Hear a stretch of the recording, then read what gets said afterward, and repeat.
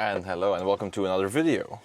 Today we're driving the C7 version of the Audi the A6 Allroad.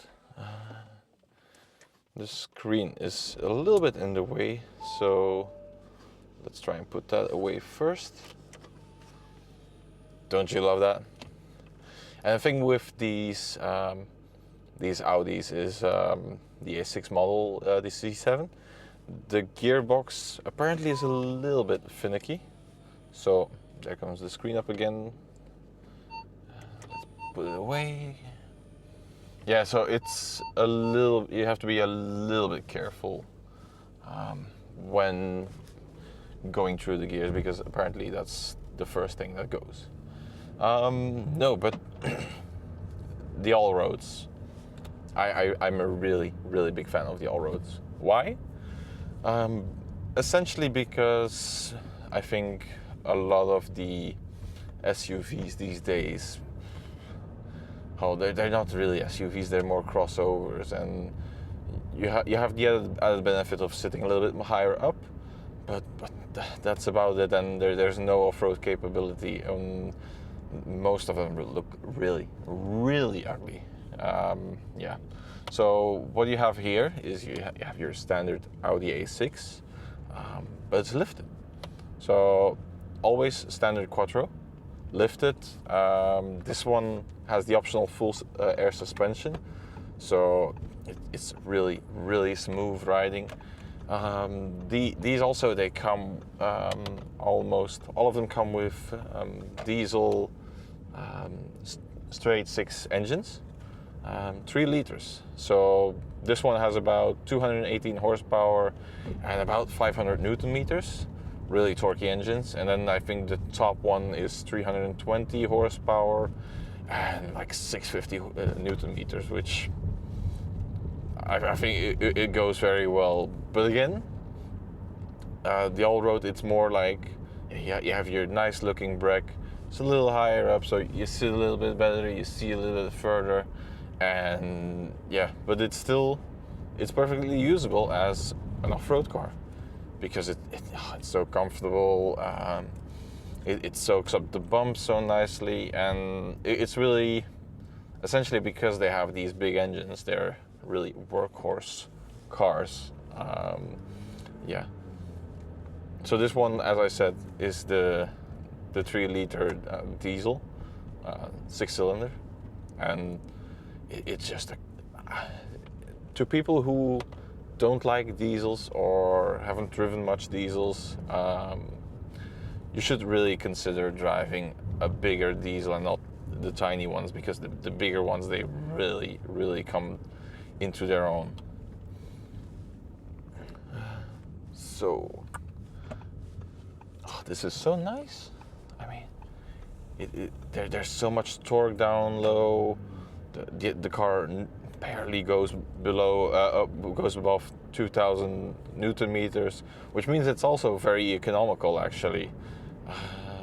Yeah, it's currently doing like 8-9 liters, which it's a big car. Yeah. What else do you need in a car this big? It also rides very smoothly. It's actually like, and that's the thing as well, because it's not an SUV.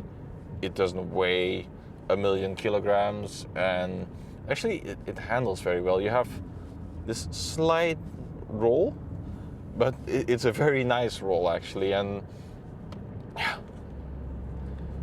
when you're going onto it, there's so much torque to use, and it's so nice.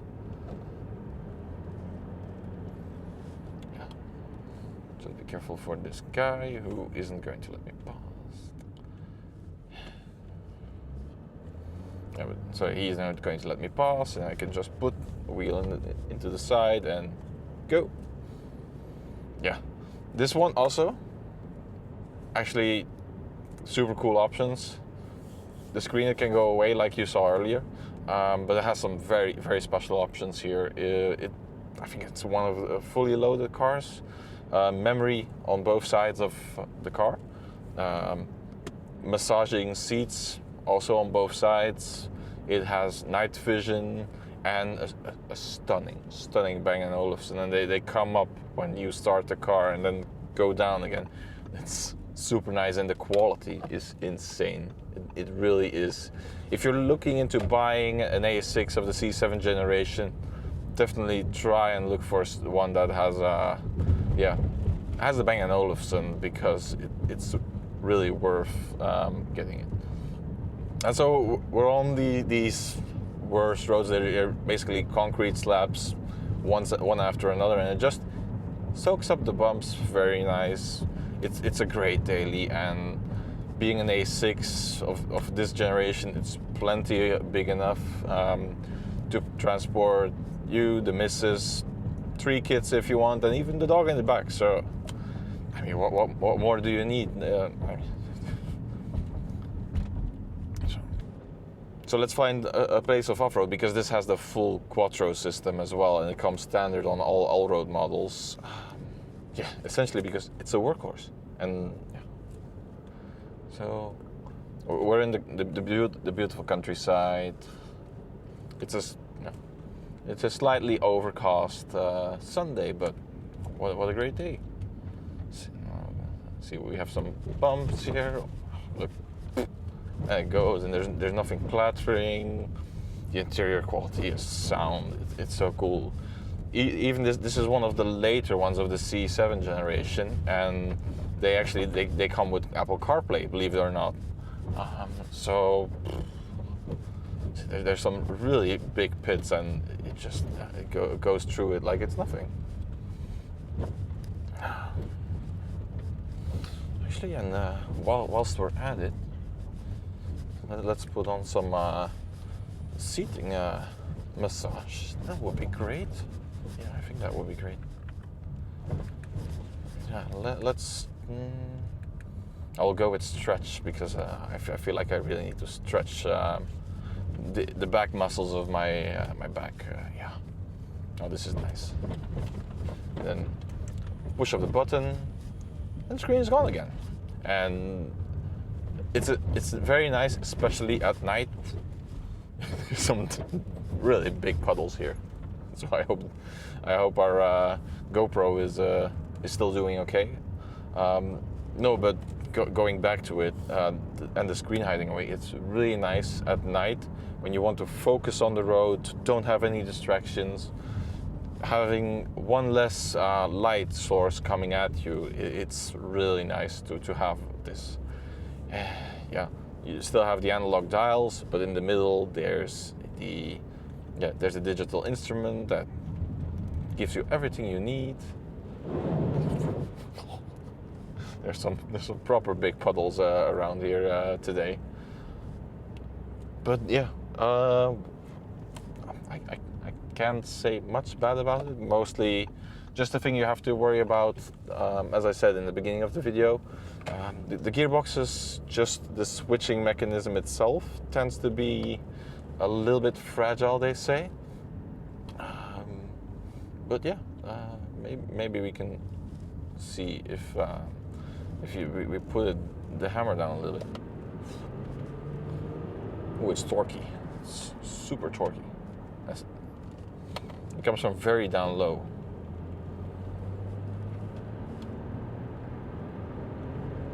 And it just glides away, and in no time you're doing super good speed. Wow.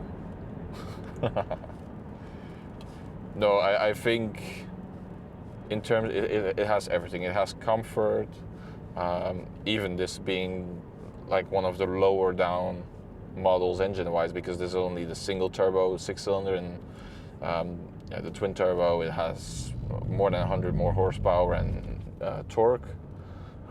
Yeah, if you really want to get the twin turbo, go and get it. It's a super fast car. You have all the comfort you need. Everything is nicely finished. There's leather. There's nice buttons to use. It's not too complicated. Maybe the only thing is the infotainment looks a bit old in terms of visuals, but you're using Apple CarPlay, so no one's going to use the infotainment itself. Who cares? yeah, so, and these are priced really, really nicely these days. They're very good. Actually, for all the time, I'm still considering buying one myself. Also because, and this is actually something I find quite cool, is the A6 Allroad line. They also have a strengthened chassis, which means they can tow an extra 500 kilos. So whatever you're doing, essentially, like I said again, it's a workhorse.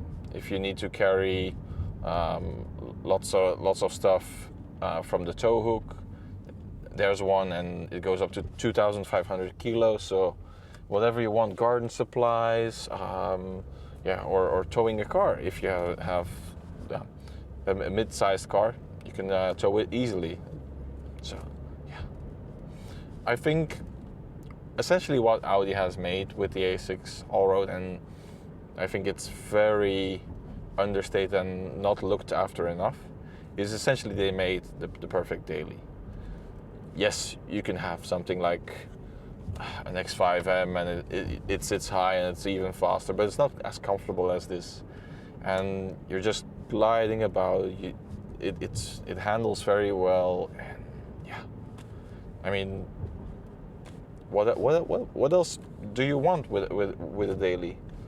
Sure, some power, some extra power might be nice, but then again, why would you sacrifice your comfort or other different things and handling wise in a car that it wasn't really made to go that fast? And going fast in a straight line, it does get you do get used to it quite fast. So no, this yeah, I think this is everything I have to say about the A6. It's superb.